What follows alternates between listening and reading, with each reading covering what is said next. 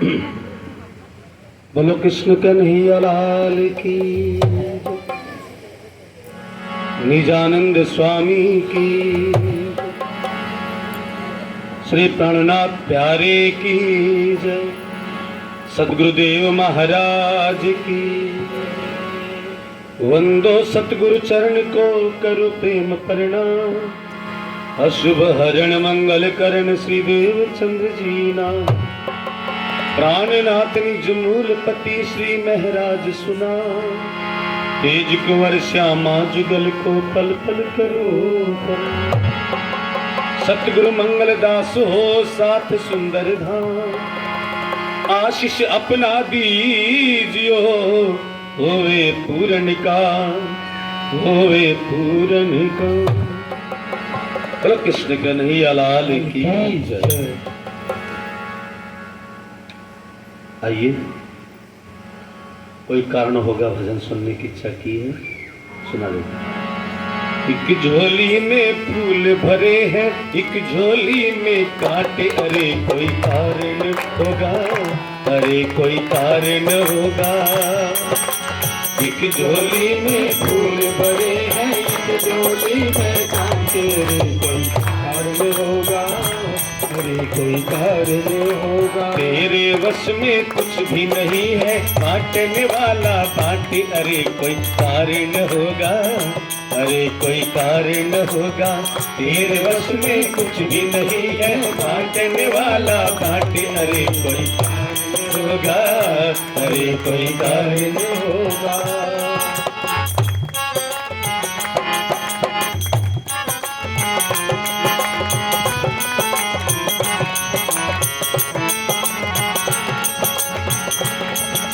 पहले बनती है तकदीरें, फिर बनता है शरीर। पहले बनती है तकदीरें, फिर बनता है शरीर। अरे ये भी प्रभु की कारीगरी है, तो क्यों है गंभीर। ये भी प्रभु की कारीगरी है, तो क्यों है गंभीर। अरे कोई कारण होगा, अरे कोई कारण होगा, अरे कोई कारण होगा, अरे कोई कारण होगा। एक झोली में फूल भरे हैं, एक झोली में कांटे, अरे कोई कारण होगा, अरे कोई कारण होगा। झोली में फूल भरे हैं, एक झोली में कांटे, अरे कोई कारण होगा, अरे कोई कारण होगा।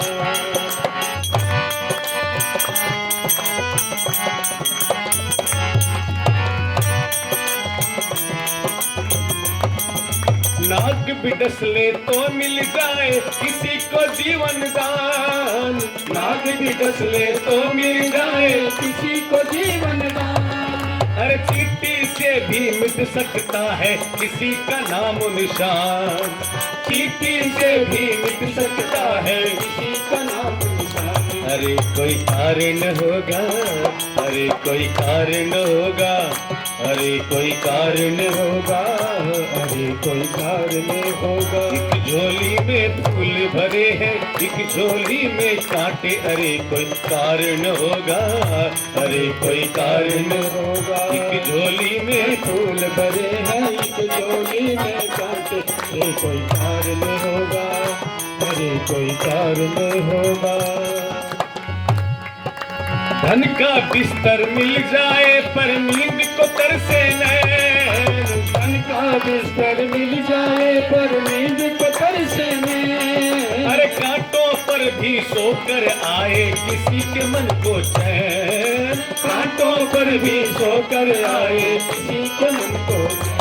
अरे कोई कारण होगा, अरे कोई कारण होगा, अरे कोई कारण होगा, अरे कोई कारण होगा। एक झोली में फूल भरे हैं, एक झोली में कांटे, अरे कोई कारण होगा, अरे कोई कारण होगा, अरे कोई कारण होगा, अरे कोई कारण होगा। सागर से भी बुझ नहीं सकती किसी के मन की प्यास। सागर से भी बुझ नहीं सकती किसी के मन की प्यास। कभी कभी तो एक बूंद से मिट जाती है प्यास। कभी कभी तो एक बूंद से मिट जाती है प्यास। अरे कोई कारण होगा, अरे कोई कारण होगा। एक झोली में फूल भरे हैं, एक झोली में कांटे। अरे कोई कारण होगा, अरे कोई कारण होगा। एक झोली में फूल भरे हैं, एक झोली में कांटे। अरे कोई कारण होगा, अरे कोई कारण होगा। मंदिर में भी जाके किसी को मिले न आत्म ज्ञान।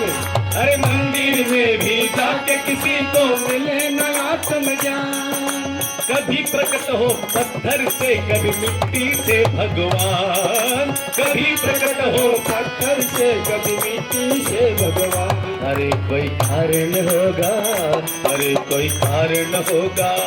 अरे कोई कारण होगा, अरे कोई कारण होगा। एक झोली में फूल भरे हैं, एक झोली में कांटे। अरे कोई कारण होगा, अरे कोई कारण। एक झोली में फूल भरे हैं, एक झोली में कांटे। अरे कोई कारण होगा, अरे कोई कारण होगा।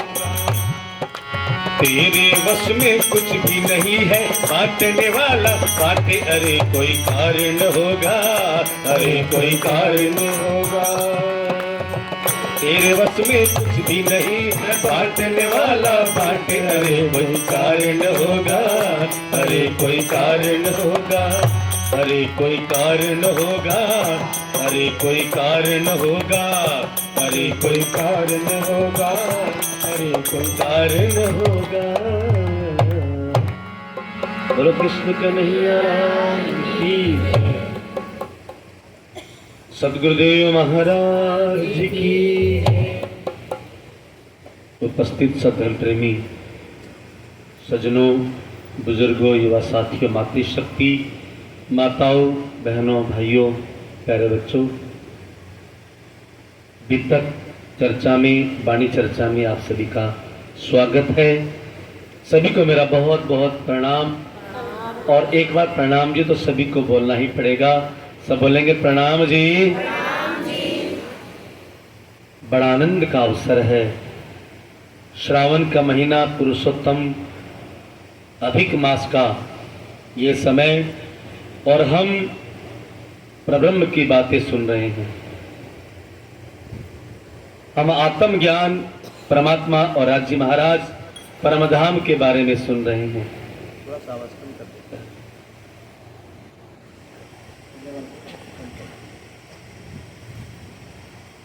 बोलो कृष्ण कन्हैया लाल की जय। वितक के अंतर्गत हम अपनी पहचान कर रहे हैं, अपने घर को याद कर रहे हैं। वो अपना घर जिसको निज घर भी कहते हैं, निज धाम भी कहते हैं, परमधाम भी कहते हैं, उस परमधाम में हमारा वास्तविक ठिकाना है।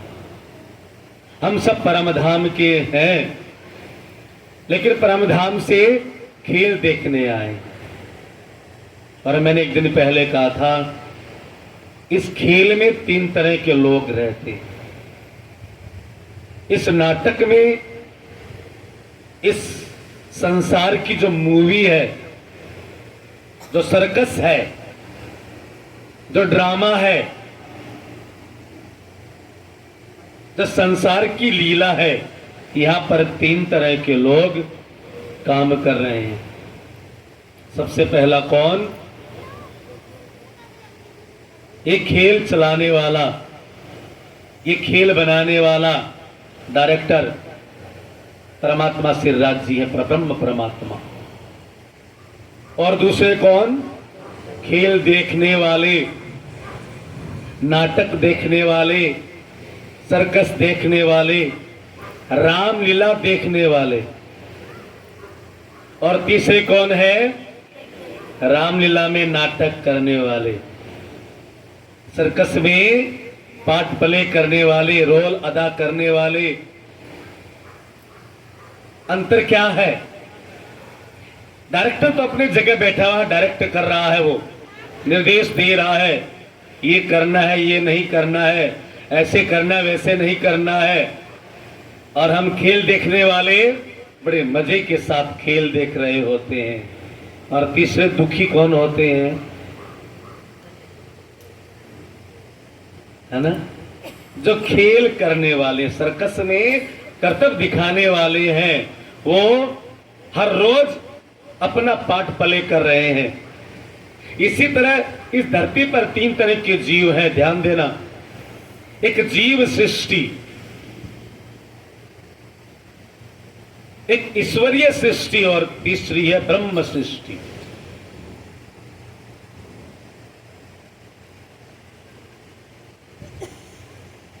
ब्रह्म सृष्टि, ईश्वरीय सृष्टि और जीव सृष्टि। परमात्मा तो सबसे अलग है, वो तो डायरेक्टर है ही, लेकिन इस संसार में 3 तरह के जीव रहते। बड़े ध्यान से सुनना, समझने की चेष्टा करना। जीव सृष्टि कौन है? जीव सृष्टि वो है न जिसको मंदिर से मतलब है, न पूजा पाठ से मतलब है, न धर्म से मतलब है, न अध्यात्म से मतलब है, न देवी देवताओं से मतलब है, न भगवान से मतलब है। उनका काम क्या है? बस खाना पीना, सो जाना, सत्संग करने वालों को गालियां देना।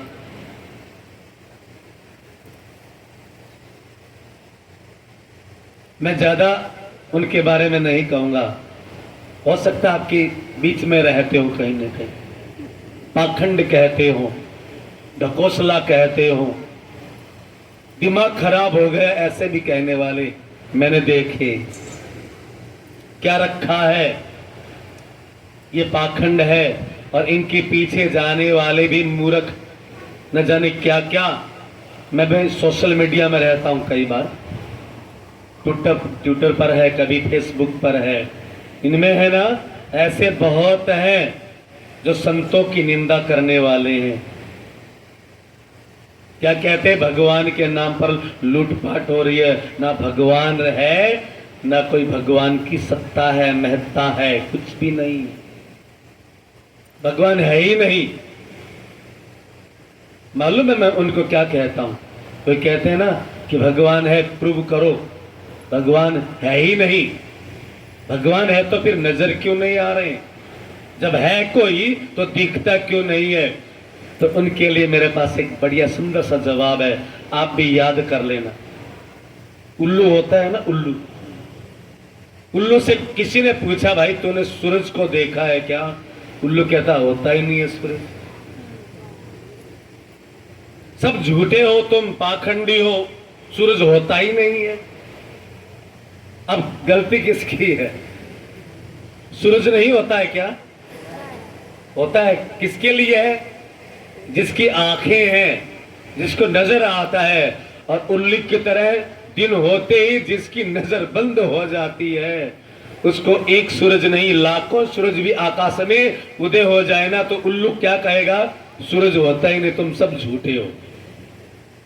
तो भाई जो उल्लू प्रवृत्ति के हैं, उनको भगवान की सत्ता का थोड़ी पता चलेगा।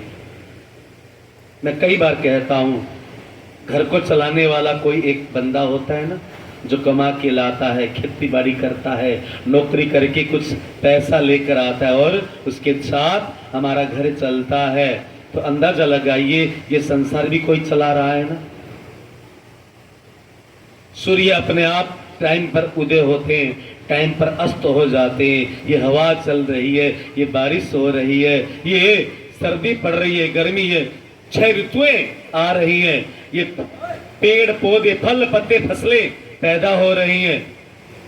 यानी कि इस संसार को चलाने वाला कोई ना कोई है। लेकिन जो उल्लू होते हैं ना, उनको सूरज दिखाई नहीं देता, वो कहते कुछ नहीं है। तो जीव सृष्टि, ध्यान देना, वो कौन है? जीव सृष्टि। वो कौन से तरीके के लोग हैं? जो खेल दिखाने वाले हैं, जो लड़ने वाले हैं, रोने वाले हैं, झगड़ा करने वाले हैं, ये खेल दिखाने वाले। ऐसे लोगों का आवागमन हमेशा इस संसार में, जो खेल देखने आए हैं ना, उनको खिलाड़ी भी तो चाहिए ना। तो खेल देखने वालों के लिए वो मदारी का काम, कर्तव्य करने का काम, नाटक दिखाने का काम करते हैं। वो जीव सृष्टि वो माया में लिप्त रहते हैं, आना जाना उनका लगा रहता है। और दूसरे है ईश्वरीय सृष्टि। ईश्वरीय सृष्टि कौन है? परमात्मा को मानते हैं, भगवान को मानते हैं, पूजा पाठ करते हैं, सब कुछ करते, आस्था भी पूरी है, लेकिन बस वो उसी में रहते हैं, वो नवदा भक्ति में लगे रहते हैं। श्रवणम कीर्तनम विष्णु समणम पाद सेवनम अर्चनम सख्यम दास्यम आत्मनिवेदनम, ये 9 तरह की भक्ति में, वो मूर्ति पूजा में, वो कभी कहीं कभी किसी ने कह दिया फलानी जगह तो झाड़ा लगा है, बस भर भर के चल पड़े। किसने बोल दिया कि वहां पर तो कथा में टोटका बताता है गुरुजी, हाँ स्वामी जी टोटके बताते हैं, ऐसा कर लोगे ये आ जाएगा, ऐसा कर लोगे धन आ जाएगा। वो ईश्वर वो अच्छे हैं, उन जीव सृष्टि से अच्छे हैं, कम से कम धर्म कर्म करते तो हैं, कम से कम आस्था तो रखते हैं, कम से कम भगवान को, देवी देवताओं को, ऋषि मुनियों को और हमारी सनातन परंपरा को गालियां तो नहीं देते। और तीसरे है ब्रह्म सृष्टि। ब्रह्म सृष्टि भी पूजा पाठ तो करती है, नवदा भक्ति में लगी रहती है, लेकिन जैसे ही उनको अपने घर का ज्ञान हो जाए, परमधाम का ज्ञान हो जाए कि नहीं मैं केवल इन उलझनों में उलझे रहने वाला नहीं हूं, ये उलझनों में उलझकर मैं केवल यहीं तक रहने वाली नहीं हूं, मेरा तो और आगे मंजिल है। कौन सी मंजिल? हद पार बेहद है, बेहद पार अक्षर, अक्षर पार वतन है। देश है वो अपना, वतन का मतलब देश, अक्षर पार वतन है। जागिए निज घर, वो निज घर है, वो हमारा परम धाम है। कौन सा? जहां कण कण में है ना, वो अपना घर परम धाम है। लेकिन अब बात रही ईश्वरीय सृष्टि और जीव सृष्टि की, कि क्या ये परम धाम, मुझे किसी ने पूछा कि चलो ब्रह्म सृष्टि है जिनको ज्ञान हो गया परम धाम का, लेकिन हम जीव सृष्टि है, क्या हमारा कल्याण नहीं होगा? तो महामती प्राणनाथ जी अपनी वाणी में कहते हैं, जीव सृष्टि भी यदि धीरे धीरे ब्रह्म आत्माओं का संगत करके उसको असल की पहचान हो जाए, असली तत्वों को जो जान लेता है, उनकी भी मुक्ति हो जाती है। लेकिन परम धाम के अंदर प्रवेश तो उसी का होता है जो परम धाम की परम आत्मा है, जो ईश्वरीय सृष्टि और जीव सृष्टि उनकी संगत करके, तारतम निज नाम का जाप करके परम धाम को पहचान लेती है ना, उनके लिए राज जी महाराज ने मुक्ति का स्थान, जिसको 8 बहिष्ठ कहा है, 8 बहिष्ठ में उनका स्थान होता है। और वो 8 बहिष्ठ में वो परम धाम की तरह वहां सब की सब लीलाएं होती है, वहां मुक्ति हो जाती ऐसे लोगों की, वो भी मुक्त हो जाते हैं। लेकिन कब? जब उन ब्रह्म अंगनाओं की संगत करे और परम धाम की, हाँ मुझे भी अब नरक में नहीं जाना है, मुझे भी अब बैकुंठ या नारायण के धाम में न जाकर मुझे अक्षर से आगे भी अक्षरातीत परम धाम में जाना है, मुझे भी कुछ करना है। उनको राज्य ने 8 बहिष्ठ कही है, 8 जगह परम धाम जो मुक्ति का स्थान बनाया है, वहां पर जाकर वो मुक्त हो जाते हैं। कृष्ण कन्हैया लाल की समझ आ रही है ना? मैं कुछ, क्योंकि मैं वित्तक का मतलब केवल कहानी सुनाना नहीं, वित्तक का मतलब अपनी पहचान करनी है। अब तक मैं बहुत दिनों तक मैं ये कथाएं देवचंद्र जी महाराज की कथा सुनाता रहता था, प्राणनाथ जी की। अब पिछले 2 साल से ना मेरा कुछ पैटर्न चेंज हुआ है। कहानी तो आप बार बार सुनते रहोगे, लेकिन जो वास्तविक ज्ञान है वो ज्ञान 3 तरह की आत्मा, 3 तरह की जीव सृष्टि, जीव आत्मा जिसको कहते हैं, ईश्वरीय आत्मा और ब्रह्म आत्मा।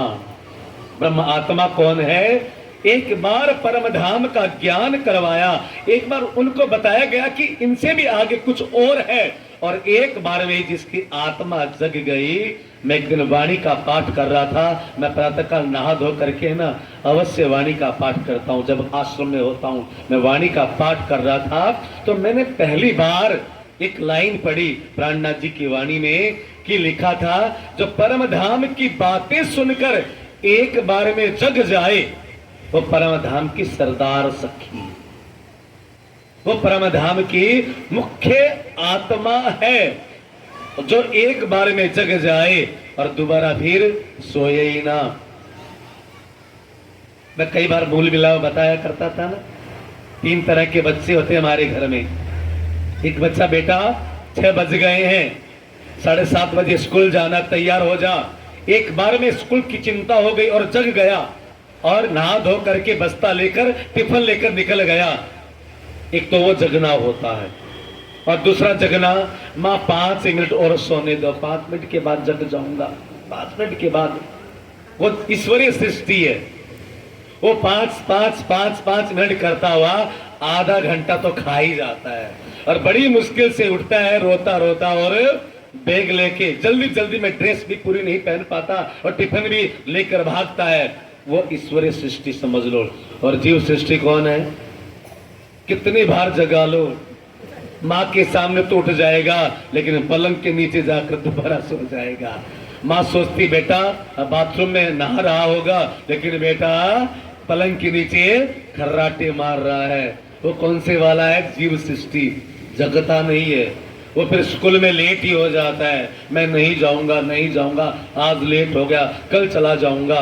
और ऐसे वो जीव सृष्टि, मैं अपने उदाहरण के द्वारा बता रहा हूं, जो ब्रह्म आत्मा जिसका मूल संबंध परम धाम से होगा ना, एक बार में परम धाम की पहचान हो जाएगी। नहीं तो दाबड़ा में ऐसे भी लोग हैं जिन्होंने पता नहीं 40 साल पहले मंत्र लिया था, ये परम धाम तो पता नहीं राजदास नई चीज बतावे, ये राज्य तो पता नहीं किसने, मान तो कोई बताया है कोई नहीं, दोबारा सो गए, सो जाते हैं। लेकिन एक बार देखो, निजनाम तारतम मंत्र कहां से आया मैं बताऊंगा। वो परम धाम का एड्रेस है। मंत्र का मतलब जहां का मंत्र होगा ना, वो वहां का एड्रेस होता है। जिस देवी देवताओं का आपको मंत्र मिला है ना, उस देवता का एड्रेस है, और बिना एड्रेस के तो कोई पत्र पहुंचता ही नहीं है।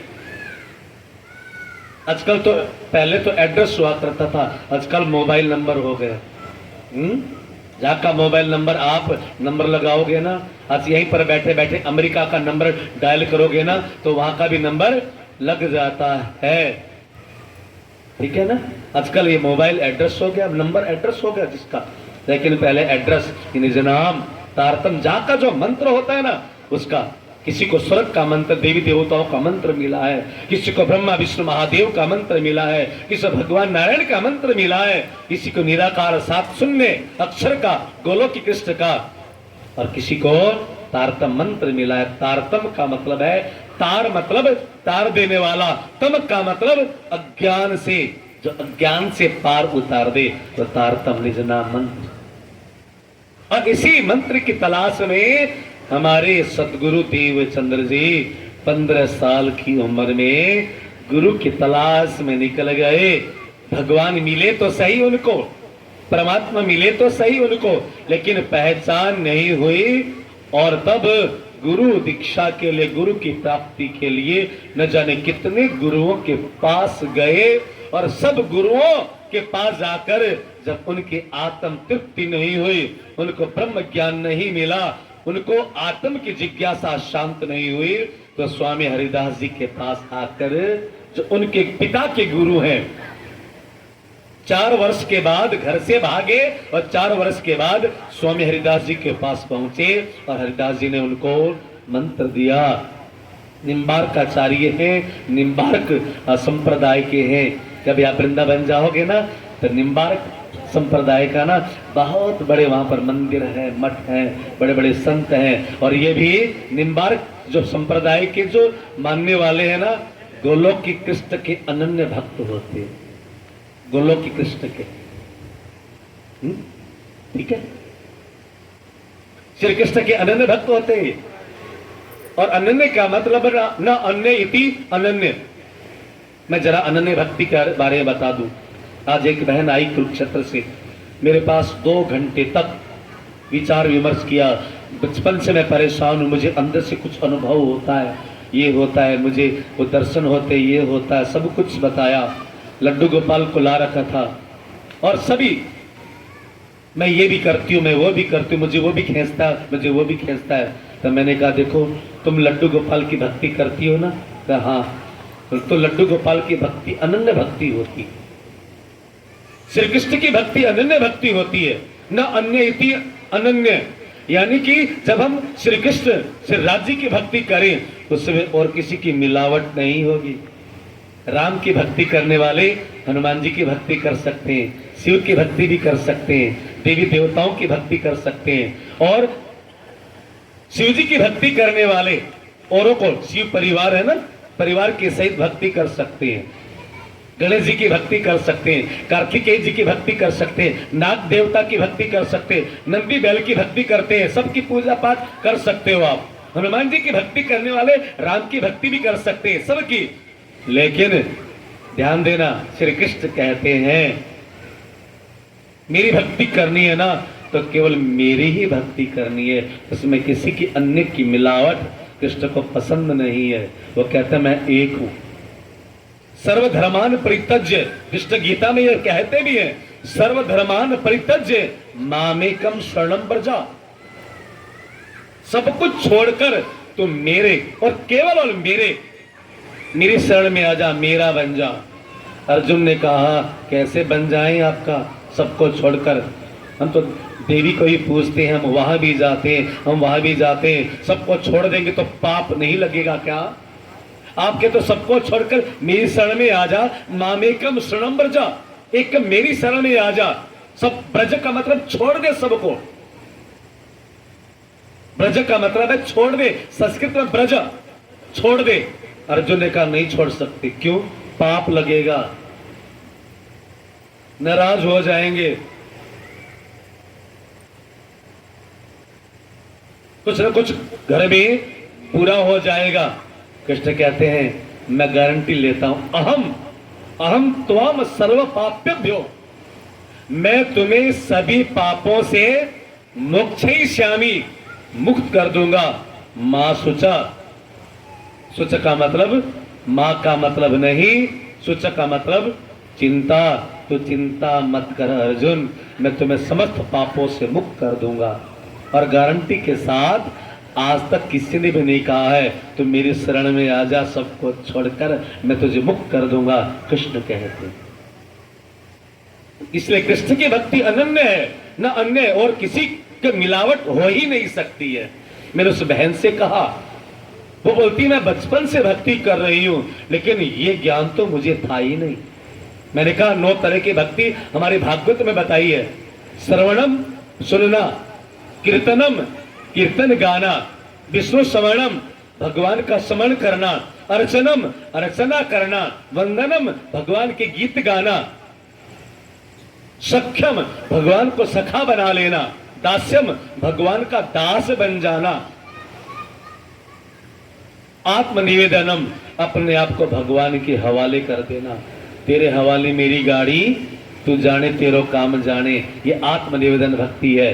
जैसे राजा बलि ने अपना सब कुछ आत्म बलिदान कर दिया, लेकिन हमारे प्राणनाथ जी कहते हैं नवधा से भी एक आगे की भक्ति है जो गोपियों ने की है। कौन सी? प्रेम लक्षणा भक्ति। इसमें क्या करना है? परमात्मा से प्रेम करना है। और ध्यान देना, प्रेम मात्र एक से किया जाता। प्रेम का मतलब पतिव्रत भक्ति। प्रेम अनेकों से नहीं किया जाता, मोह अनेकों से होता है। एक मैंने ये बहन को ये जो बात आज मैंने कही ना, वो सारी की सारी आपको सुना रहा हूं 2 घंटे में। मैं संक्षेप में मैंने कहा प्रेम एक से किया जाता है। चाहे संसार में हो, चाहे सांसारिक प्रेम करे, चाहे आत्मिक प्रेम करे, रूहानी प्रेम करे, वो एक से होता है, अनेकों से तो मोह किया जाता है। परिवार में बेटे से प्रेम है वो मोह है, पति से प्रेम है वह मोह है, भाई से प्रेम है, परिवार में और लोगों से बहन भाई ये सब मोह है। लेकिन प्रेम तो आत्मा का विषय है, आत्मा का सब्जेक्ट है, रूह का प्रेम रूह से होता है और प्रेम एक से होता है। और वो प्रेम लक्षणा भक्ति कृष्ण कहते हैं मुझसे प्रेम करते हो ना तो केवल मुझसे प्रेम करो, तो उसमें कोई मिलावट नहीं होगी। उसने कहा मैंने इतनी सारी पुस्तकें पढ़ ली, पंडित जी ने ये कहा ये कर लो, मैंने वो कर लिया, लेकिन ये बात तो मैंने आज पहली बार सुनी है।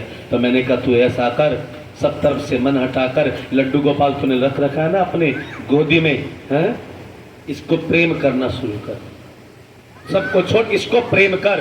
क्यों कृष्ण कहते हैं सर्वधर्मान परित्यज्य, सबको छोड़कर मामेकम शरणम व्रजा, सबको छोड़ दे और मेरी शरण में आ जा, मैं तुम्हें समस्त पापों से।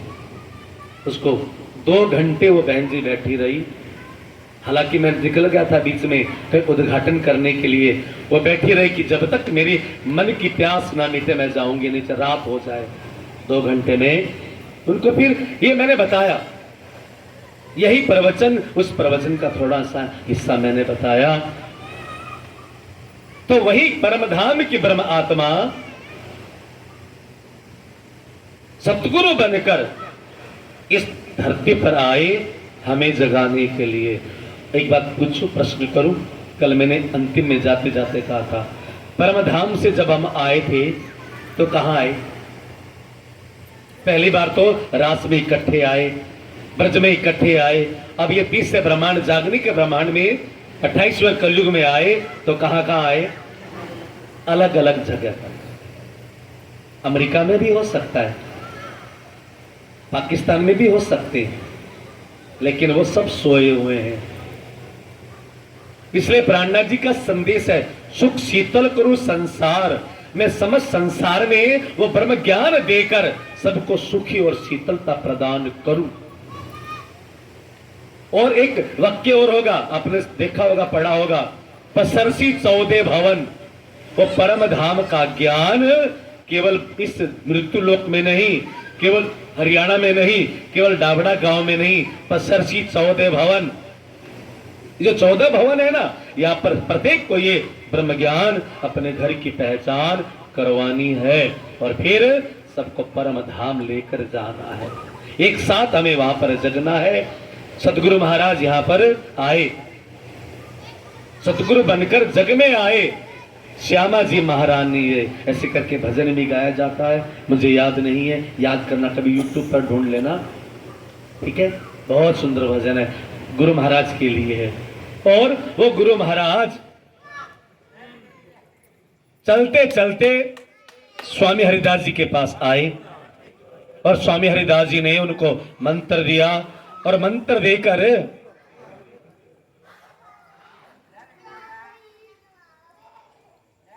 वो इतने खुश हो गए हरिदास जी, घर में मंदिर बनाने के लिए देवचंद्र को प्रेरित किया।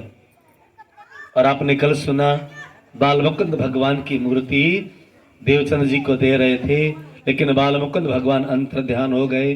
क्यों अंतर ध्यान हो गए पता है? किस किस को पता है? भूल गए ना, इसलिए अंतर ध्यान हो गए। क्योंकि बाल मुकुंद भगवान लड्डू गोपाल कहते हैं हे हरिदास, मैं देवचंद्र की सेवा स्वीकार नहीं कर सकता, क्योंकि वो मैं तो अक्षर ब्रह्म हूं, लेकिन वो अक्षरातीत ब्रह्म है, वो परब्रह्म का अंश है। और मैं वहां जाकर हर रोज माथा झुकाता हूं, और जिसके दरबार में मैं माथा झुकाता हूं और उसके वो मेरे आगे माथा झुकाए, अच्छा नहीं है। अब उसको पहचान नहीं है, लेकिन पहचान हो जाएगी आहिस्ता आहिस्ता। इधर जब गुरु महाराज को पता चला तो गुरु महाराज घर में रहकर भक्ति करने लग गए। घर से बाहर निकलना इसलिए बंद कर दिया कि रास्ते में कभी गुरुदेव हरिदास से मिल जाते तो हरिदास चेले की चरणों में प्रणाम करते। तो गुरु महाराज ने सोचा ये तो मर्यादा के विपरीत है, चाहे शिष्य कितना ही महान क्यों ना हो, ध्यान देना, चाहे बेटा कितना ही ऊंचे पद पर क्यों नहीं चला गया हो, चाहे बेटा कितना ही बहुत पढ़ लिख करके बड़ा विद्वान, न जाने कितना बड़े पद पर ही न चला गया हो। माता पिता तो माता पिता ही है ना। बड़े पद पर बेटा चला गया हो और माता पिता उसको प्रणाम करे, उसके पैरों में प्रणाम करे तो शोभा नहीं देता है। शिष्टाचार क्या है? बेटा ही अपने माता पिता को प्रणाम करे। और यही शिष्टाचार यहां पर है। शिष्य भले कितने ऊंचे पद पर ना चले जाए, लेकिन गुरु आ जाए तो गुरु के लिए आसन छोड़ना ही पड़ता है। लेकिन न जाने हरिदास जी को क्या हो गया, इतना उनको प्रेम बढ़ गया कि ये तो पूर्व जन्मों की मेरी राधा रानी है। हरिदास जी पूर्व जन्म में राधा रानी के परम भक्त थे और इस जन्म में राधा रानी श्यामा महारानी ही देवचंद्र बनकर आए हैं। श्रद्धा से अपने आप सिर झुक जाता, लेकिन हमारे गुरु महाराज को शर्म आने लग गई। मंदिर में रहते और माता बहनों भाइयों, एक बार की बात है, अपने घर के मंदिर में बैठे बैठे उनका ध्यान लग गया। ध्यान क्यों लगा? क्योंकि योग समाधि में वो प्रवीण थे, चतुर थे। उन्होंने यम नियम आसन प्राणायाम प्रत्याहार धारणा ध्यान समाधि अष्टांग योग साध रखा था और मंदिर में, अपने घर के मंदिर में बैठे बैठे ध्यान में चले गए और ध्यान के बाद उनकी समाधि लग गई। और समाधि ऐसी लगी कि आंखें बंद हो गई और उनका जो अवचेतन मन है, वो अवचेतन मन वृंदावन चला गया।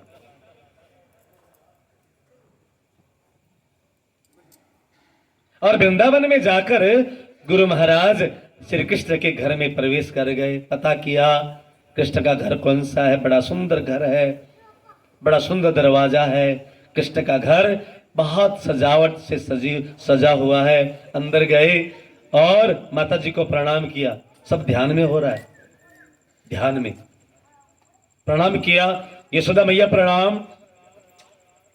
यशोदा ने कहा आओ बेटा आओ देवचंद्र, बैठो, आओ तुम बैठो। लेकिन देवचंद्र कहते हैं माता जी कृष्ण कहाँ है? क्या वो अभी अभी गाय और बछड़े चराने के लिए जंगल में अपने मित्रों के साथ, अपने सखाओं के साथ, ग्वाल वालों की मंडली के साथ निकल गए अभी अभी? देवचंद्र तुम बैठो। देवचंद्र कहते हैं मुझे कृष्ण के दर्शन करने है मुझे, और मैं इसीलिए आया हूं। मां मुझे आज्ञा दो, मैं जाऊं, जरा मुझे दिशा बताओ किधर जाना है। और मां ने जब रास्ता बताया, देवचंद्र चल पड़े। तो कहा रुको रुको, आज कृष्ण है ना, अपना दिन का भोजन ले जाना भूल गया। आज वो कहकर गया कि जंगल में जाकर, वन में जाकर, जमुना के किनारे जाकर हम वनभोज करेंगे। वनभोज आजकल की भाषा में पिकनिक। पिकनिक बच्चे जाते हैं ना, टिफिन लेकर जाते हैं, एक साथ सब इकट्ठा किया, एक दूसरे का खाने का सिस्टम ही पिकनिक है। तो कहा आज वो कहता कि मुझे नहीं, मैं तो ग्वाल वालों का साथ खाऊंगा। तो देवचंद्र ऐसा करो, तुम भी वहां पर जाकर कुछ खा लेना। ये लड्डू बनाए, खोवे के लड्डू ले जाना, दूध की, हाँ खूब खोवा निकाल कर तुम भी वहां पर नाश्ता कर लेना, कलेवा कर लेना, भोजन कर। और लड्डू लेकर देवचंद्र आए वहां पर जमुना के किनारे, जहां पर सैकड़ों ग्वाल बाल और लाखों गाय इकट्ठे, गाय चर रही हैं, बछड़े चर रहे हैं और ग्वाल बाल आपस में खेल रहे हैं। देवचंद्र ने जाकर ग्वाले से पूछा भाई मुझे कृष्ण से मिलना है, मैं देवचंद्र हूं, कृष्ण से मिलना है। तो उस ग्वाले ने पूछा भाई यहां पर तो जितने भी ग्वाल बाल है ना, नाम तो अलग है लेकिन अपने आप नाम के आगे कृष्ण लगाते। बोल तुझे कौन से कृष्ण से मिलना है? होता है ना आजकल कृष्ण लगाने का रिवाज है, हाँ? कौन सा कृष्ण, कौन लास्ट में कृष्ण लगाते हैं, क्योंकि कृष्ण उस समय वहां के आइडियल आदर्श थे सब बच्चों के। यहाँ पर तो अनेकों कृष्ण है, तू कौन से कृष्ण से मिलने आया भाई? तो उसने कहा मैं जो कंधे पर कंबल रखने वाला उससे। का सभी देखा, देख लो सबके कंधे पर कंबल है। नहीं नहीं, जो बंसी बजाने वाला है। का कृष्ण बंसी रखता है ना, तो हम सारे के सारे ग्वाल बाल बंसी रखते हैं, फैशन हो गया बंसी रखने का। अरे मुझे नंद के बेटे कृष्ण से मिलना है। तो उस ग्वाले ने कहा, यहाँ पर जिनके घरों में 9 लाख गौवें होती है ना, उसी का नाम नंद है। यहाँ पर तो अनेकों नंद हैं, आप कौन से नंद बाबा की बात कर रहे हैं? जिनके घर में 9 लाख गौवें होती थी ना, नंद कोई नाम नहीं था। नंद एक उपमा, एक टाइटल हुआ करता था। जिसके घर में 9 लाख गौवें हो वो नंद कहलाता था। कहा तो बहुत सारे नंद के बेटे हैं, आप कौन से नंद के बेटे से मिलना चाहते हो?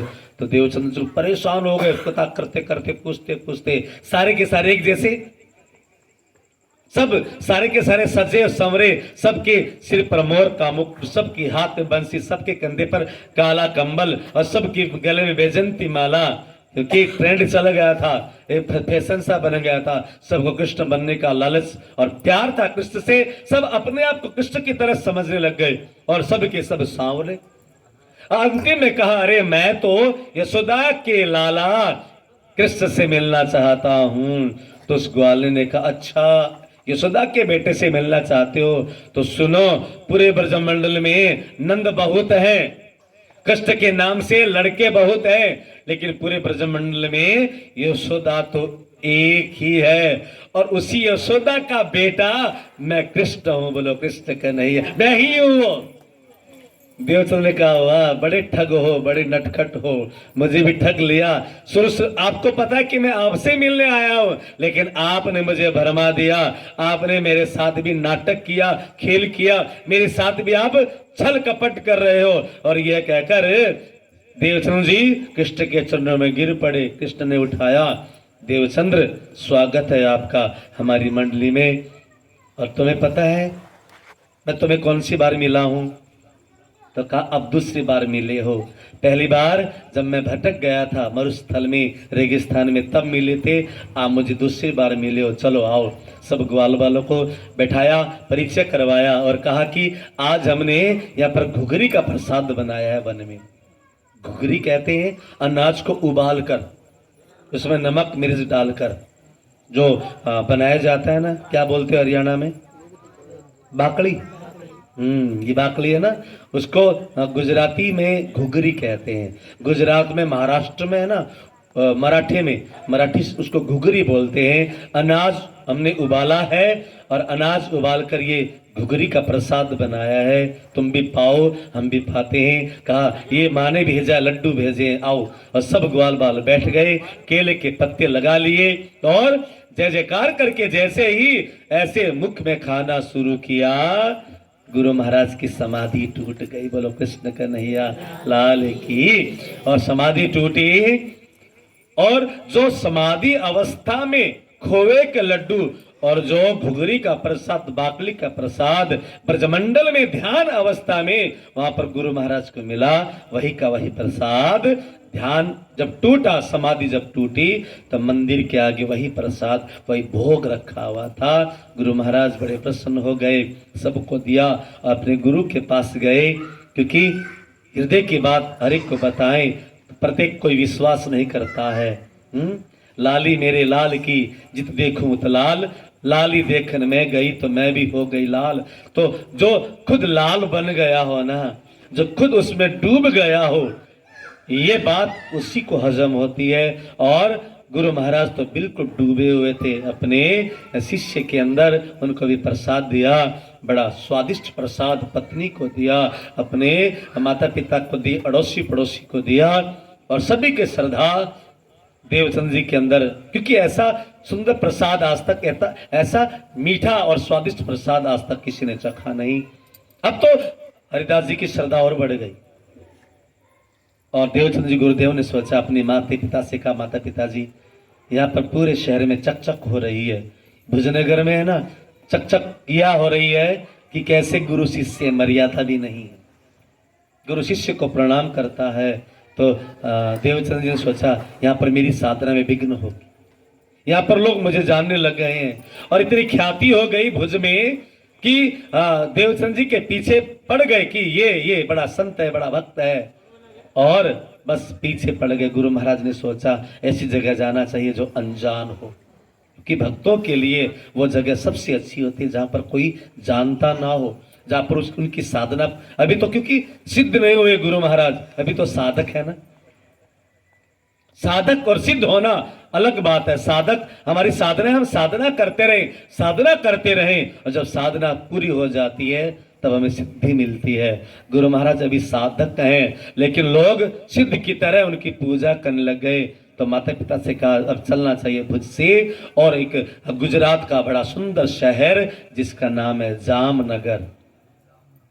जामनगर में गुरु महाराज अपने माता पिता के साथ सबका सब व्यापार लेकर मत्तू मेहता, कुंवर भाई और देवचंद्र अपने पत्नी बच्चों के साथ जामनगर में आ गए और घर खरीद लिया एक सुंदर सा, और वहां पर रहने लग गए। अब गुरु महाराज ने सोचा अब मुझे भागवत की मैंने बड़ी महिमा सुनी, श्रीमद् भागवत में कथा सुनूं, निष्ठाबंध होकर, एकाग्र होकर। और भागवत में मैंने सुना है कि बस भागवत में सब कुछ है।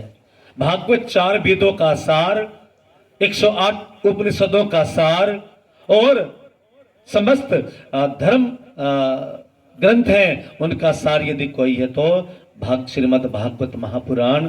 और सोचा मैं भागवत कहाँ सुनूं, पता किया तो एक श्याम जी का मंदिर, श्री कृष्ण को श्याम कहते हैं, वहां पर गुजरात में श्री कृष्ण का मंदिर जो आज भी है, श्री श्याम जी का मंदिर। जब आप जाओगे ना जामनगर में तो गुरु महाराज का घर भी है वहां पर, आज भी है, वो 400 साल पुराना। और वो श्याम जी का मंदिर, जिस मंदिर में गुरु महाराज श्रीमद् भागवत कथा श्रवण करने के लिए कान्ह जी भट्ट नाम के एक पंडित जी वहां पर 12 मास कथा करते थे, 12 महीने पूरा, एक दिन भी वो कथा के बिना रखते नहीं थे। और गुरु महाराज को पता लगा कि ये पंडित जी उच्च कोटि के विद्वान है, और वहां पर पंडित जी से मिले और कहा मुझे भागवत कथा श्रवण करनी है। आते थे और आना प्रारंभ किया, क्या आंधी, क्या बारिश, क्या गर्मी, क्या सर्दी, जो भी हो, क्योंकि पंडित जी कथा हर रोज करते। जब पंडित जी कथा हर रोज करते तो देवचंद्र जी भी एकदम नौजवान अवस्था में वहां आकर कथा सुनना प्रारंभ कर देते हैं। उनकी उम्र लगभग 25 साल की हो गई। एक 25 साल का नवयुवक निष्ठाबंध होकर, एकाग्र होकर हर रोज कथा के समय में आना, क्या करते थे, अपना खुद का आसन लेकर आते थे। खुद का आसन एक जगह बिछाते और अपने आसन पर, क्योंकि आसन का बड़ा महत्व होता है। आसन सिद्ध होना चाहिए। एक आसन लेकर हम बैठे हैं ना, उस आसन में फिर ताक शक्ति आती है, वो आसन सिद्ध हो जाता है। तो आपने देखा कई बड़े बड़े संत महात्मा है ना, अपना आसन लेकर चलते हैं, वो दूसरी जगह कहीं बैठते नहीं है। उस आसन की गरिमा बढ़ जाती है, वह आसन फिर गुरु गद्दी के रूप में पूजा जाता है, आसन लेकर। तो गुरु महाराज अपना खुद का आसन लेकर आते और कथा शुरू होने से 15 मिनट पहले आ जाते, और कथा पूरी होने के 15 मिनट के बाद वो वहां से जाते थे। तो ऐसा उनका सुनना था, कोई चीज समझ नहीं आती, कोई श्लोक या कोई प्रसंग गुरु महाराज को समझ नहीं आता था। वो बाद में कथा पूरी होने के बाद पंडित जी महाराज के कान्ह जी भट्ट के पास जाकर पूछा करते थे, बार बार पूछते थे। और कान्ह जी भट्ट को बड़ा अच्छा लगता था कि ये जवान सा लड़का, ये नया नया लड़का अभी अभी बाहर से आया है, और आकर इतना प्रेम, इतनी श्रद्धा और इतना ठाकुर जी के प्रति निष्ठा, कथा के प्रति निष्ठा, और इतना एकाग्र होकर सुनने वाला, उनको भी आनंद आने लग गया। अलग से बैठकर, अच्छा देवचंद्र तुझे पता नहीं चला, मैं तुझे बता देता हूं, और पूरे श्लोक का अर्थ बताते और पूरी की पूरी भागवत कथा वो सुना देते। अब तो ये परंपरा, कभी कभी गुरु महाराज को आने में देरी हो जाती तो 10-15 मिनट समय होने के बाद भी कान्ह जी भट्ट उनका इंतजार करने लग गए कि देवचंद्र आएगा तब हम कथा शुरू करेंगे। तो अब जो पुराने थे ना सीनियर भक्त, उनको जलन हो गई। लो, लगता है गुरुजी को है ना नया चेला मिल गया, और ये नया चेला बड़ा धनवान है, इसका बाप बड़ा अमीर है, लगता है चुपके से ना अच्छी दक्षिणा दे जाते होंगे। और पंडित जी महाराज को लालच आ गया। पंडित जी सोचने लग गए कि 15 मिनट इंतजार कर लूं, देवचंद्र आए तो मैं कथा सुनाऊं। तो एक दिन सबने शिकायत कर दी, क्या बात है, पैसा ज्यादा मिलता है क्या, चढ़ावा ज्यादा मिलता है क्या, ये नया नया चेला आ गया, इसको कथा सुनाते हो, हमारे लिए कथा नहीं सुनाते क्या, उस चेले को कथा सुनाते हो। भट्ट जी को बड़ा बुरा लगा, क्योंकि हम जो बड़े सीनियर होते जाते हैं ना, फिर जो बाद वाले हैं ना उनको जूनियर समझते हैं, तो छोटे हैं। लेकिन ध्यान देना, भक्ति के पथ पर जब आगे बढ़ते हो ना, इसमें ना कुछ जूनियर होता ना कुछ सीनियर, सब बराबर हो जाते हैं। इसमें कोई, जब आप भक्ति के पथ पर आ गए ना, तो अमीरी गरीबी जाति पाति स्त्री पुरुष और जूनियर सीनियर का सब भेदभाव खत्म हो जाता है। मैंने कहा था ना, परम धाम की जो आत्मा है ना वो एकात्म भाव से रहती है, एकात्म भाव से सभी को बराबर, ना छोटा ना बड़ा, ना स्त्री ना पुरुष, ना अमीर गरीब, ना ऊंची जात ना नीची जात, सब यहां पर बराबर हो जाते हैं।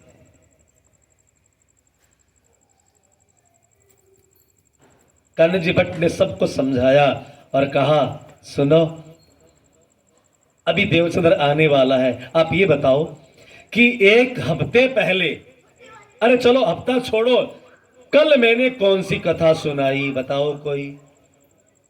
तो सब एक दूसरे को तू बता ना, कि कल के मैं तो भूल गया, तू बता, तू बता, और तू बता के चक्कर में कोई बता नहीं पाया। कहा रुको, जब देवचंद्र आने वाले हैं। देवचंद्र आए, उनसे पूछा, बेटा कल मैंने कथा में कौन से श्लोक सुनाए, कौन सी बातें सुनाई, कौन सा मैंने एग्जाम्पल उदाहरण दिया, बताओ। तो एक एक शब्द 2 घंटे में 3 घंटे में जितना भी सुना था ना वो सारी की सारी। और कहा हफ्ते भर पहले, कहा ये सुनाया था, महीने भर पहले ये सुनाया था, फलाने दिन आपने फलाने दिन ये कथा सुनाई थी। सबका मुख नीचा हो गया, ओहो हमारी तो बेइज्जती हो गई। हालांकि ऐसी बात होने के बाद दोबारा एकात्म भाव आ जाना चाहिए। द्वितीय भाव, जो द्वितीय हमारे अंदर जो द्वेष भाव है ना वो समाप्त होना चाहिए। लेकिन उनको अपमान सा महसूस हुआ कि पंडित जी ने हमारा अपमान कर दिया, देवचंद्र की बड़ाई कर दी, और हमारा अपमान, हमें कुछ आता जाता नहीं है, और कुछ एक लोग तो आना ही छोड़ गए। देखो होता कभी कभी। आज एक बहन आई द्वारकापुरी जाने के लिए अपना अलग नाम लेकर। मैंने कहा तू पूरे मोहल्ले से 20-30 जने जाने हैं, तुम 7-8 नाम लेकर, ना जी उनका अलग है हमारा अलग है। और पता नहीं अचानक मुझे क्या हुआ, मैं अलग अलग बोल के, मैंने कहा एक पिता के 4 बेटे हैं और घर में 4 चूल्हे जलेगा ना तो कोई माता पिता सुखी नहीं होगा। और एक गुरु के शिष्य होकर तुम 4 जगह ढोलक बजाते हो ना तो कोई गुरु खुश नहीं होगा, और तुम्हारा भजन करना सत्संग करना भी बेकार है। इससे अच्छा तुम घर बैठे रहो, सास बहू का झगड़ा करते रहो। क्यों सत्संग में आकर झगड़ा, वही जो घर का जो झगड़ा है तुम सत्संग में आकर फैला रहे हो। मैंने उनको इतना कहा, लेकिन मुझे पता है ये तेर मेर जाती ही नहीं। आश्रम में है ना 15 वृद्ध हैं और 15 ही वृद्धाएं माता है। 15 बूढ़े है ना कभी लड़ते नहीं है, और वो 15 माता है ना, ईसा के कौन सोऊं मैं, इसके कमरे में कौन मेरी खाट लगानी, पंखे के नीचे मैं सोऊंगी, इसको अलग करो। मुझे लगा, मैंने कहा, मैं उस समय उस बहन को कहा राज जी ने मुझे बचा दिया, नहीं तो मैं भी तेर मेर में पड़ जाता। मुझे तो बड़ा अच्छा महसूस हो रहा है, बहुत बढ़िया। वो 15 माताएं बूढ़ी है, 70-80 साल की ना, मुझे इसके साथ नहीं रहना, मुझे अलग कमरा दे दो। मैंने कहा 14x14 का कमरा है, इसमें तुम एक एक को मैं कैसे दे दूं ना जी, मुझे गुरुजी अलग कमरा दे दो। मैंने कहा रहना तो यहाँ रहो, नहीं तो वापस अपने बहू के पास चले जाओ।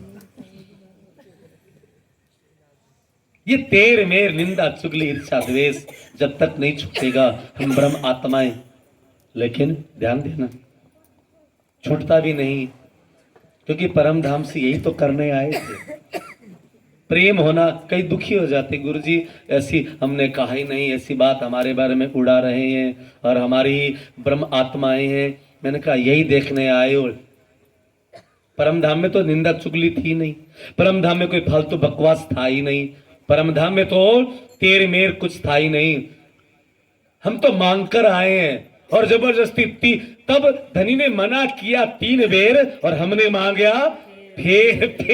फिर हम तो झूठा संसार देखने जाएंगे, हम दुख देखने जाएंगे, हम तो झगड़ा करने जाएंगे, हम लड़ाई करने जाएंगे। अब भाई दुखी क्यों हो रहे हो? जब तक ये झगड़ा है ना झेलना पड़ेगा है, और जब समय हो जाएगा तो राज्य महाराज के चरणों में हमें जाना ही है। लेकिन तब तक ये प्रार्थना करते रहे हैं। क्या दोबारा सुना रहा हूं। बड़ा बेदर्द जहां है यहाँ पर चैन कहाँ है, बड़ा बेदर्द जहां है यहाँ पर चैन कहाँ है।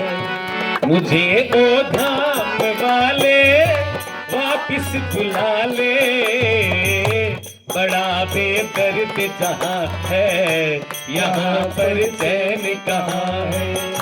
मुझे ओ धाम वाले वापिस बुला ले, बड़ा बेदर्द जहां है यहाँ पर चैन कहाँ है।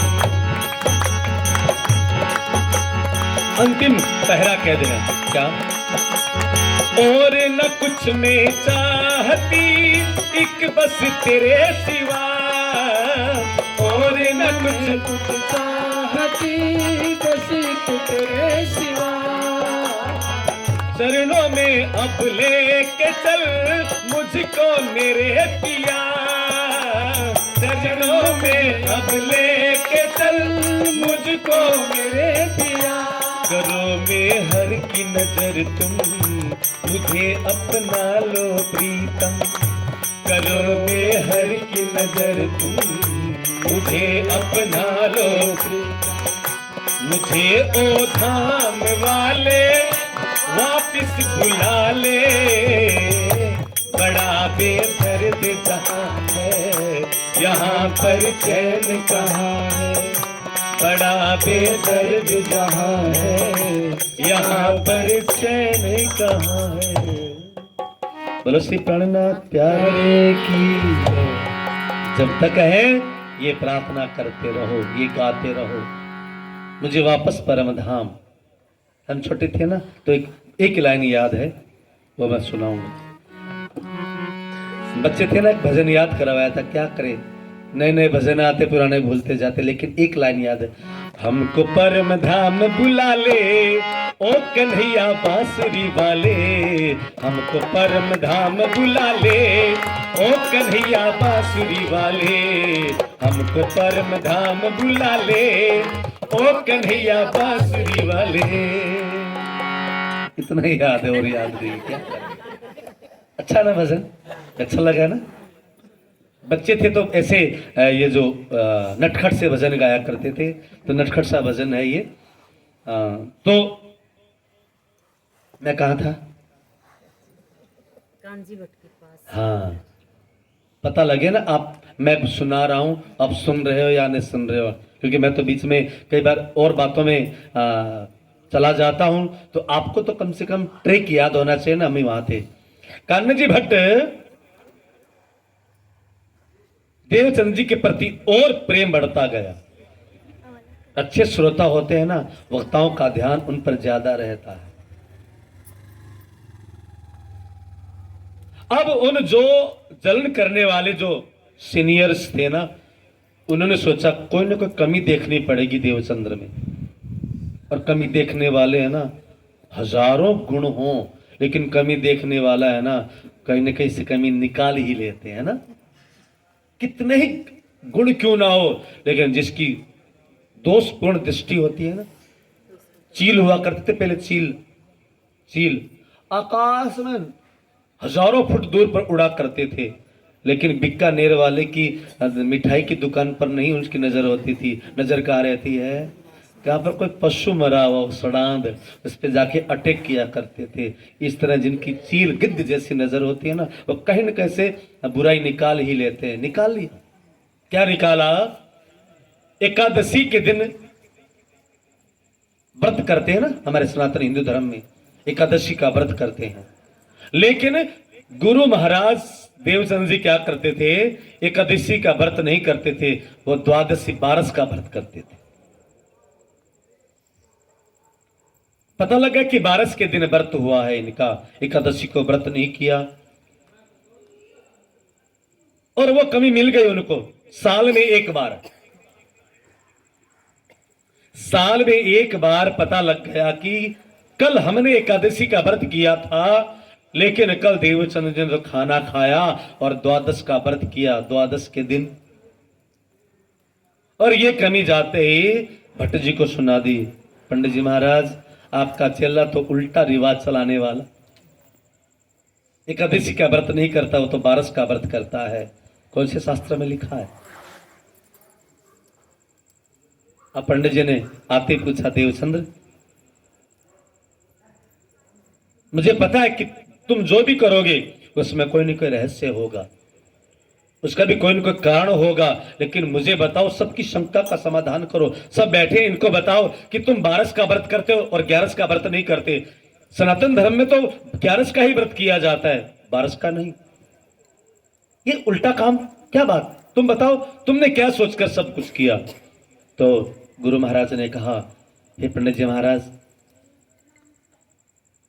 बारस के दिन आप कथा नहीं करते, साल में एक बारस आती है, उस बारस को आप कथा यूं नहीं करते हैं कि बारस के दिन जो हमारे भागवत के प्रणेता सुत जी महाराज, जिन्होंने 88,000 ऋषि मुनियों को निमिषारण्य में हजारों वर्षों तक कथा सुनाई, उन्होंने बारस के दिन अपना देह त्यागा था, उनका निर्वाण दिवस है। इसलिए भागवत उस दिन आप करती नहीं हो, उनकी याद में एक दिन का विराम करते हो।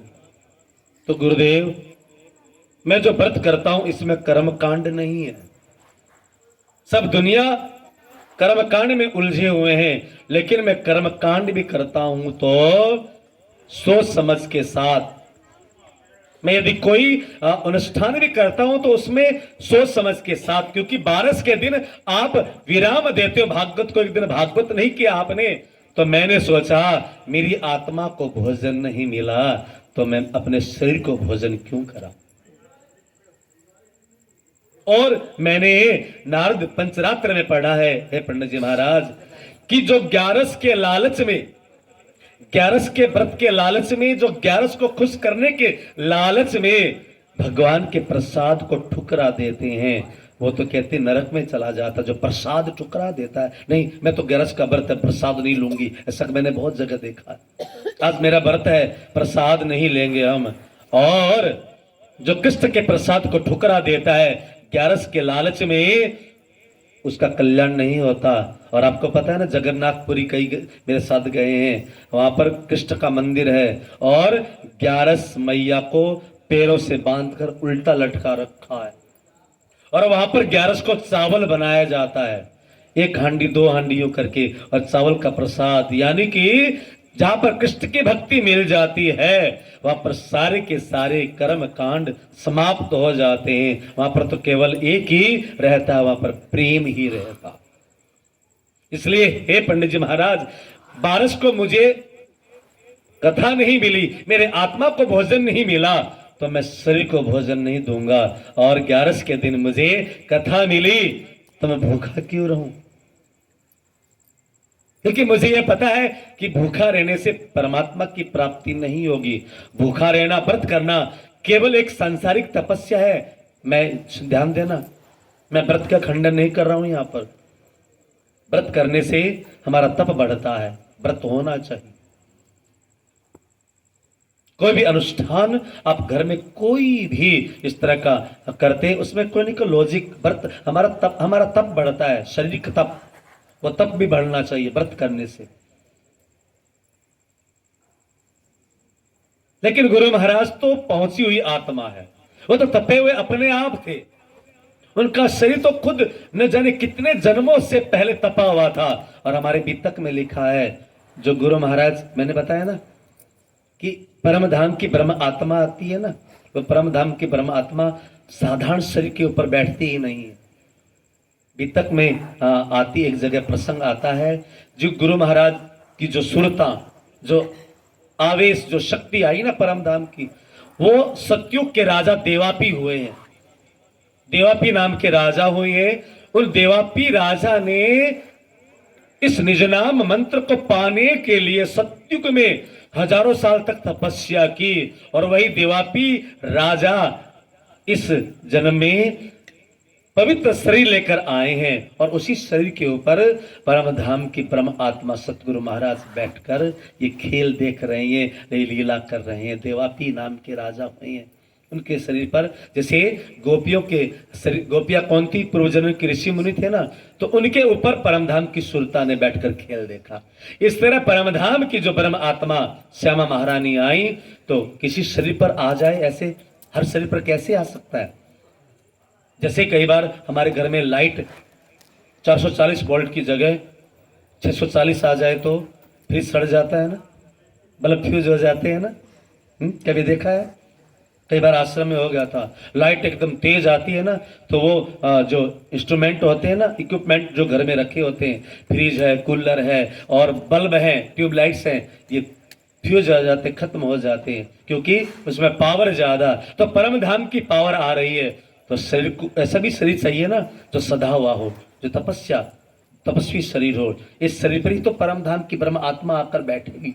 और आज वही परम धाम की परमात्मा कहती है कि मुझे व्रत से मतलब नहीं है, मेरी आत्मा से आत्मा को भूख लगी तो आत्मा की भूख मिट गई, लेकिन द्वादशी के दिन मेरी आत्मा की भूख नहीं मिटी, तो शरीर को खिला पिला कर मैं क्यों बड़ा करूं? सबके हाथ जुड़ के वाह देवचंद्र, कथा तो वास्तव में आपने सुनी है, हमने तो कथा सुनी है, कथा का सार।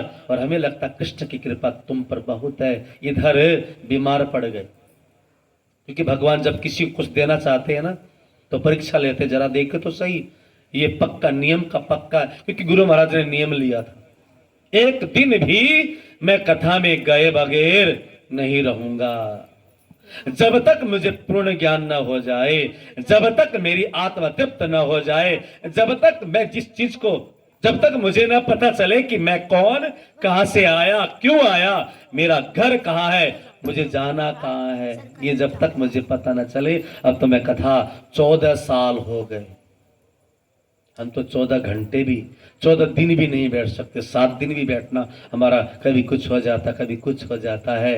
लेकिन 14 साल तक निष्ठाबंध होकर, माता पिताजी व्यापारी हैं और खुद भी व्यापार करते ही हैं, ऐसा नहीं कि सब कुछ त्याग दिया हो, व्यापारी का बेटा व्यापारी होगा ना, व्यापार भी करते हैं, सब कुछ है।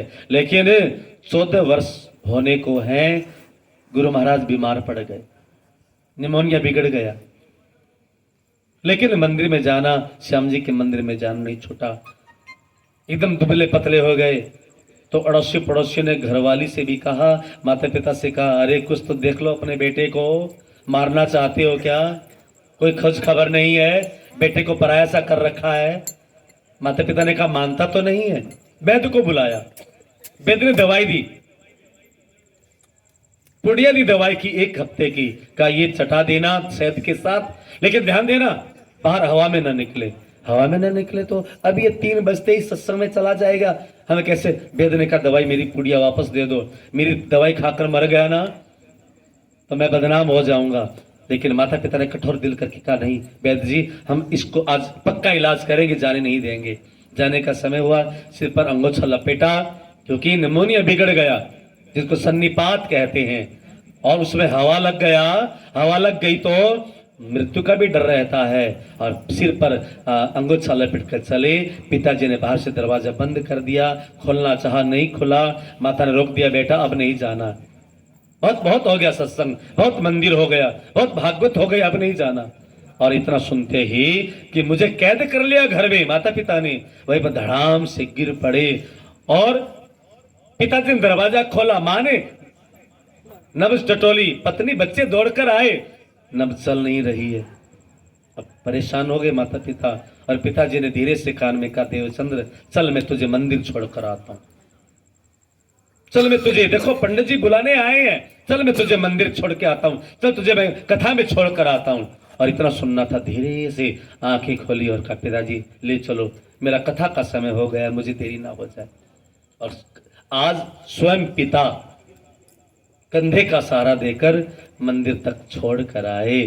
और जब पंडित जी को पता चला कि नियम नहीं टूटने पाए, भले ही शरीर कितना भी जर्जर हो जाए, शरीर चाहे कितना ही रोगी हो जाए, नियम न टूटे।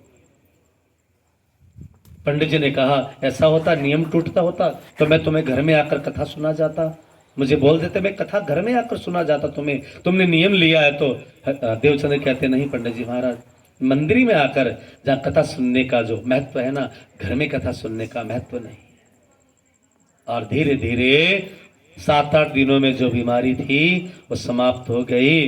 राज्य ने परीक्षा ली, जरा देखो तो सही, कहीं ये मंदिर में जाना ना छोड़ दे, कहीं ये दुखी होकर कथा में जाना ना छोड़ दे। और जब परीक्षा पूरी हो गई तो माताओं बहनों भाइयों, कथा चल रही थी, भागवत का 10वां स्कंद चल रहा था, और 10वें स्कंद में रास पंचाध्यायी, रास के 5 अध्याय हैं। 10वें स्कंद में रास के 5 अध्याय, जो भागवत की धड़कन है, जो भागवत की दिल, भागवत की आत्मा, भागवत का दिल है, भागवत का सार रास पंचाध्यायी, जो रास लीला के 5 अध्याय हैं। रास लीला का प्रसंग चल रहा था कि कैसे कृष्ण ने ब्रजमंडल में रास किया, गोपियां दौड़ी दौड़ी आई और बड़ा आनंद का रास हुआ।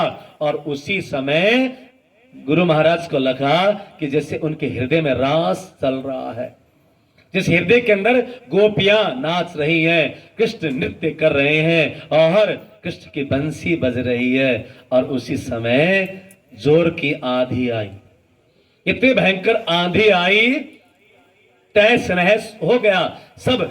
जब पूरे जामनगर के जितने पेड़ थे वो टूट गए और मंदिर का दरवाजा खड़खड़ाने लग गया और सबकी आंखों में धूल ही धूल हो गई। पंडित जी ने पोथी समेटी और भाग गए अपने कमरे में, और बाकी लोग जो सुनने वाले थे ना, भागो भागो भागो, सारे के सारे घर में जाकर छुप गए। लेकिन उसी समय देवचंद जी महाराज, जो कि जिनके अंदर स्वयं रास चल रहा था, वो पलाती मारकर बैठे रहे, बैठे रहे, बैठे रहे। और उसी अंधियारे में, उसी अंधड़ में, उस अंधकार में जब आंधी आ रही है, उसी आंधी में गुरु महाराज एकदम अचल से बैठे रहे। और 14 साल की भागवत कथा सुनने के बाद 25 और 14 कितने हो गए? 49 नहीं 39, 25 और 14 50, 49, यस 49, 49 साल के अब गुरु महाराज हो गए। और 49 साल की उम्र में आज गुरु महाराज 11 साल की अवस्था में लगे थे। मैंने कहा ना, साधना करना बहुत कठिन है। 11 साल की अवस्था में लगे थे, 49 साल के हो गए।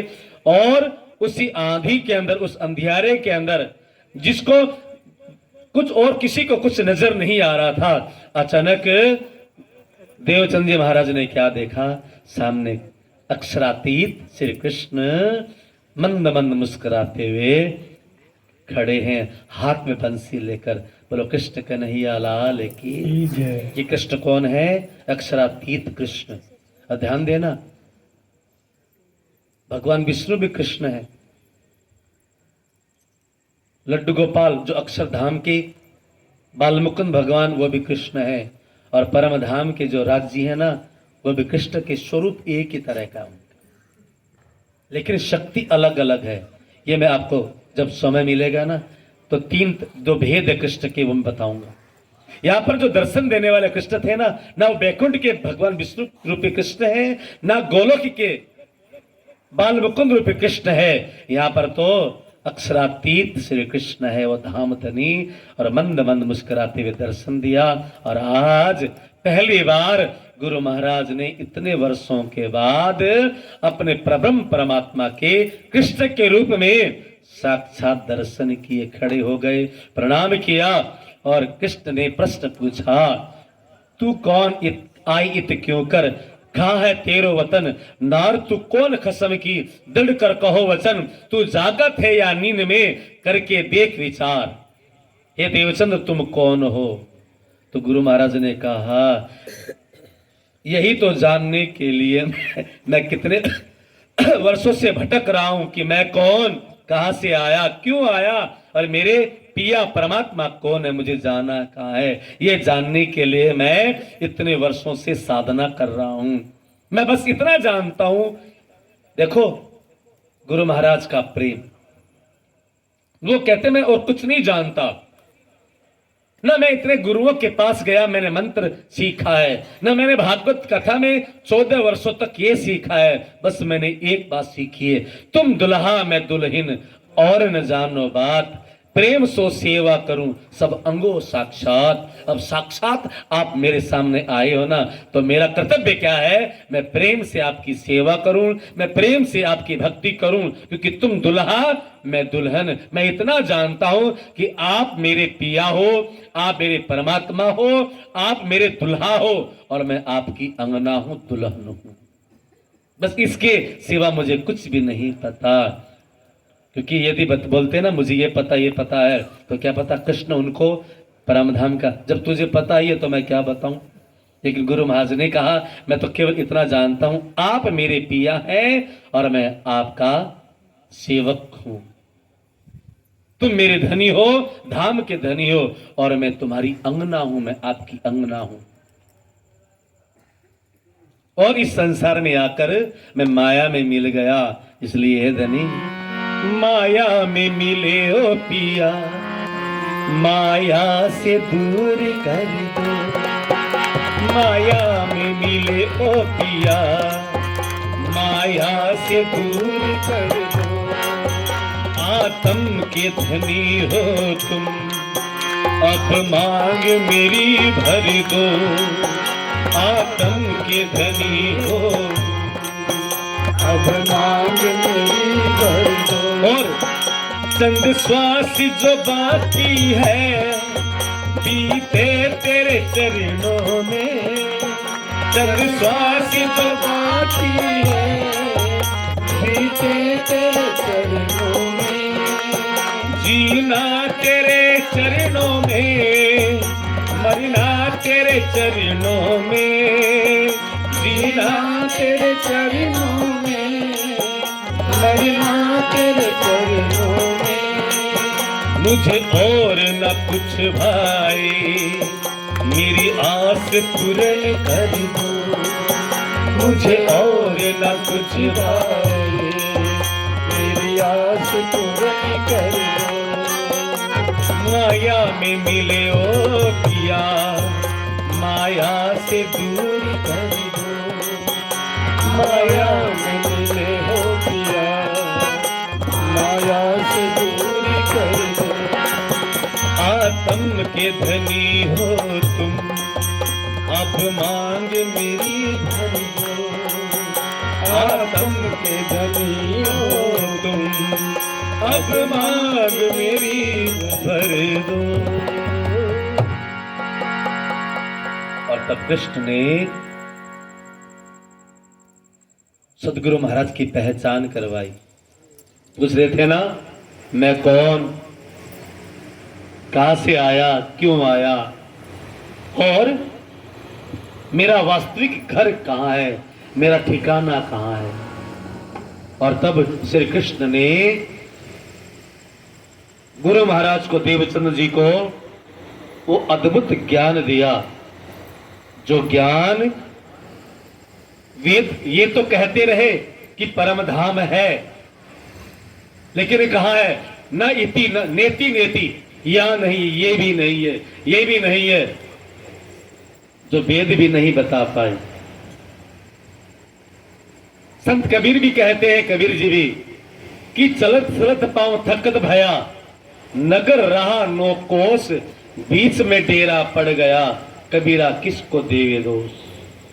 और कबीर जी ने अपनी एक वाणी में और कहा है कि जहां घर में अबला बसे वो घर हमसे दूर, उस जो दूर घर, उस घर की पहचान करवाई।